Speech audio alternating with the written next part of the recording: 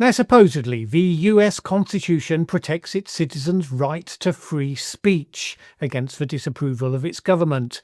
It's a nice principle, but right now you could not imagine an administration less committed to the protection of free speech, unless, of course, it's speech by its own supporters and to its own benefit. And we're seeing this in the form of the Trump administration going after news organizations in revenge for critical reporting, going after social media companies for supposed free speech suppression, going after law firms and anyone who has been critical of Trump or stood next to someone who was critical of Trump. Now, in some cases, the purpose is the chilling effect, where the majority refrain from criticism for fear of being next. In others, it's extortion, money in the coffers. And usually, well, it's both. The latest in a long line is the fact that the Trump team has said it is investigating whether it can prosecute CNN for reporting the existence of a new app that helps users to avoid immigration and customs enforcement agents. The app, called Ice Block, was mentioned by CNN in a report, saying that the Homeland Security Secretary Kristi Noem said counted as promotion of the app. We're working with Department of Justice to see if we can prosecute them, because what they're doing is actively encouraging people to avoid law enforcement activities and operations. Now, that's obvious nonsense. The app is publicly available to any iPhone user. Around 20,000 of them had signed up to it before CNN reported on it. So how it could conceivably be illegal for a news organization, or anyone else for that matter, to report on the existence of something that you can see in seconds by checking the App Store for yourself. But it doesn't matter, because the US is a polarised society and the news feed that each side gets to see is carefully curated. So the likes of Fox News and the mini-universe of MAGA online podcasters, they can all feed the outrage over such a thing, shape the perceptions of what is or what is not normal anymore.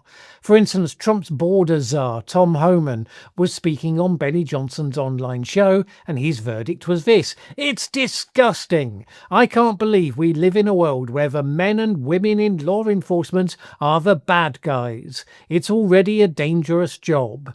And he went on to slate CNN, suggesting that they were complicit in putting federal law enforcement in danger. I think DOJ needs to look at this. They're crossing that line. Well, obviously they're not. They're engaging in the freedom of the press to report on what is de facto going on in the world. But of course, you don't suppress free speech by saying, "Here's a piece of free speech that is about something that I find objectionable." No, of course not. You do it by reclassifying it as something else, putting law enforcement officers in danger, for instance. President Trump has also been after CNN, along with the New York Times, for other reasons, namely that after he ordered the heavy bombing raid on the nuclear sites of Iran, he had declared the operation to be an overwhelming success. The sites had been completely obliterated, and Iran's nuclear program had been set back by years, if not decades. The only challenge is that all of that was a non-factual declaration, made when it was impossible to know the actual status of those things, but motivated by the propaganda value of making that as a maximalist claim. Well, governments are not entitled to just make stuff up they wish would be true, and demand then that everyone else falls in line with the fantasy. However, Trump's attorney sent legal letters to CNN and the New York Times demanding that their reports, which remember were factually accurate based on the information known, they should be retracted. The reports had been about the leaked preliminary intelligence report that had suggested that the damage done to the target was only enough to set Iran back by months, not years, in its nuclear program. The lawyers' letters suggested that this reporting had damaged Donald Trump's reputation. Anyway, the New York Times told them to go hang. The report's validity had been confirmed, no retraction was needed, no apology would be forthcoming. Trump called for journalists on both news outlets to be fired for the stories, suggesting that they were intending to demean the military personnel who took part in the operation. So that's your free speech warrior right there. Having spent a lot of time in the past absolutely slating social media companies like Twitter for a degree of policing of out-and-out disinformation on its platform, now the Trump government is insisting that any reporting, however factual, hinting at a story different to the approved government one, that should be the target of lawsuits and prosecutions. Now, those who miss the point cry loudly about how this is hypocritical and inconsistent. In doing so, I think they make a category error, because Trump isn't trying to be consistent to a set of principles. Everything is available to be used as a weapon against the other side, and none of those same things are accepted to be valid weapons to be used against them. It's not as though that tribal logic is unique to MAGA. There have been elements of that in politics since time immemorial, but boy, has MAGA turned it into something of an art form. Anyway, for all that we can all sometimes criticise the mainstream media for its failings of various things over the recent years, one of the reasons why it remains an important institution is that it will, at least at its best, get those sorts of threats and just stand firm. Not that such companies are always to be found at their best. Take the example of CBS News, or more specifically its parent company, Paramount Global. Trump came after CBS News with a lawsuit, and it was dumb. The accusation was that when CBS did a 60 Minutes interview with then-candidate Kamala Harris, it had been edited specifically to make her look good, according to Trump. When it was first filed, the professor of First Amendment law at Harvard, Rebecca Tushnet, described it as ridiculous junk that should be mocked. Any editing decisions in the course of a program like that would be protected by the First Amendment. CBS could easily have stood up to it and won in court.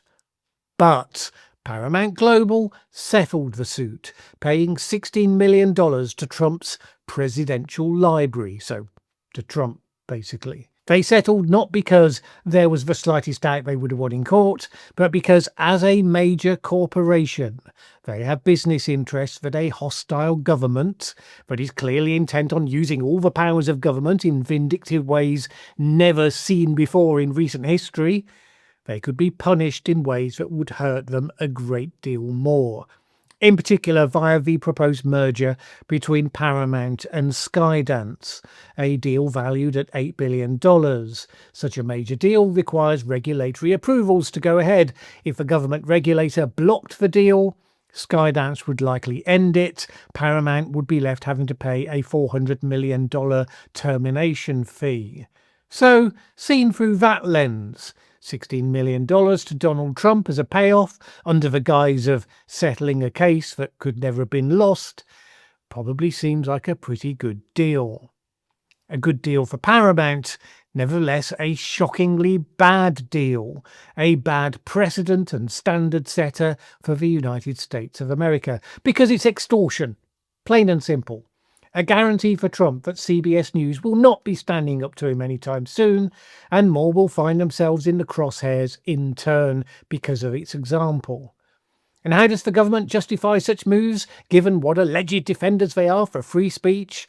Well, his legal team cited it as an example of Trump holding the fake news media accountable for their wrongdoing and deceit. Free speech for Donald Trump, wrongdoing and deceit for the media. This is how you justify a double standard. So, who will Trump go after next? Well, Sundar Pichai, the chief executive of Google, owner of YouTube, is feeling a little nervous right now. Trump got sycophancy and money from the owners of the major social media outlets. Trump had gone after Zuckerberg, arguing that he had been unfairly censored on Meta's platforms at the urging of the then Biden administration. It was another losing lawsuit that was never given the chance to actually lose. Mark Zuckerberg announced the dismantling of his platform's safeguards against disinformation. He went on to podcasts as a convert to masculine energy and hired President Trump's friend and supporter Dana White to his board of directors. And he settled the lawsuit with a payment of $25 million. Trump had also gone after Twitter under its old management, again suggesting he'd been unfairly censored. Of course, in that case, the company was bought out by Elon Musk, who declared his man love for Trump, joined him in creating chaos in government for a while, and settled the lawsuit for $10 billion, obviously on top of all the other money that he'd donated to the election campaign.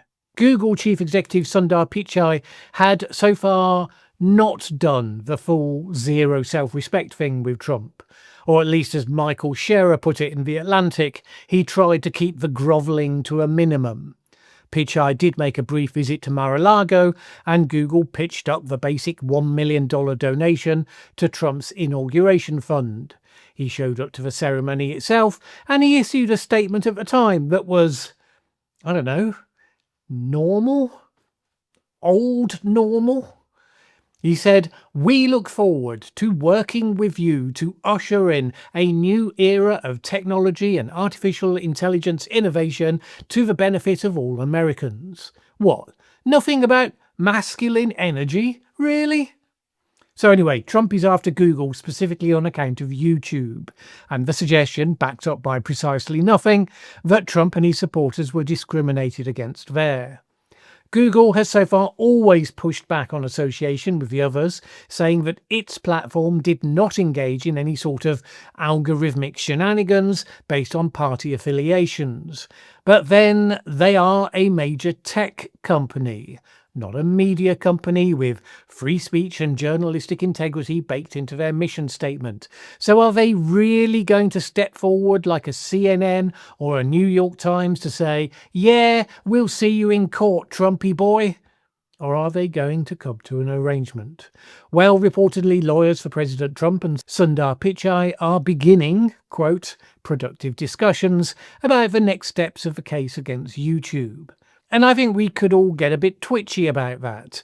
I mean, it's bad enough, really pretty bad for America, if it just results in Google making its sizable but not that onerous donation to the so-called presidential library, alongside the gold-coated plane from Qatar. But will there be more? Will we start noticing little tweaks to the algorithm? All completely deniable, of course. That means that content critical of President Trump just finds vanishingly small audience pickup. This is where the internet is particularly vulnerable to an authoritarian and censorious America. Almost all the platforms, with the exception of TikTok, which, let's face it, has issues of its own, are physically based in the United States. So that's something to think about, a potential future we hope to avoid.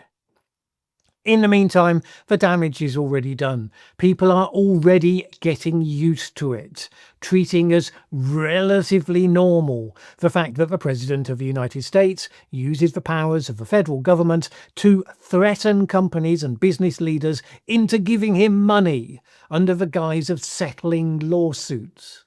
Hilariously, when J.D. Vance made his now infamous speech at the Munich Security Conference, haranguing Europeans for not upholding free speech in ways that he felt would be acceptable, he said this: "There is a new sheriff in town, and under Donald Trump's leadership, we may disagree with your views, but we will fight to defend your right to offer them in the public square. Agree or disagree." I haven't seen a single case, not one, perhaps you can give me one in the comments below, where President Trump has defended the rights of one of his critics to make those criticisms public. Just 3 days before Vance gave that speech, the White House had ejected the Associated Press from the White House press pool because it hadn't gone along with Trump's renaming of the Gulf of Mexico as the Gulf of America, which is a pretty trivial thing. So no, we should not pretend that there is the slightest attempt to achieve consistency here. The White House verb goes like this: I speak the truth. You say nasty things. He is fake news and should be prosecuted. That last one, of course, wholly dependent on whether or not the person in question has made a sizable donation to the presidential library.